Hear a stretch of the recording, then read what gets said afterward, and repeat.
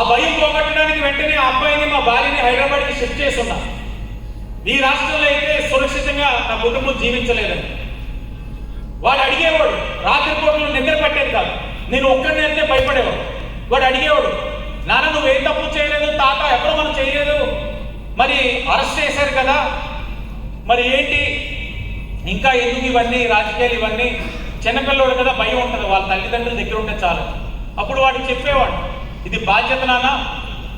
తప్పు చేసేవాళ్ళు రాజ్యం ఏలుతున్నప్పుడు ప్రశ్నించేవాడు అనేవాడు లేకపోయినా, పోరాడేవాడు అనేవాడు లేకపోయినా, తప్పు చేయకపోయినా కూడా భయపడి వెనక్కి ఉంటే వాళ్ళు రాజ్యం ఏలుతారు, పరిస్థితులు ఉండకూడదు.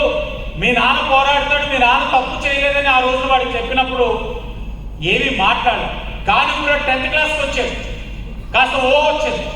ఇప్పుడు వాడు చెప్తా ఉన్నాడు, నాన్న నీలాగా అందరూ భయపడుతూ ఉండుంటే ఈ రోజు నీళ్ళు రాబోదునేమో, ఈ రోజు మీరు అందరూ ఉండడం వల్లనే స్టేట్ ఇన్ సేఫ్ హ్యాండ్స్ అని నా ఫ్రెండ్స్ అందరూ రాజమండ్రిలో ఉన్న వాళ్ళందరూ చెప్తున్నారు. నాన్న నాకు ఆ రోజు నువ్వు చెప్పినప్పుడు భయం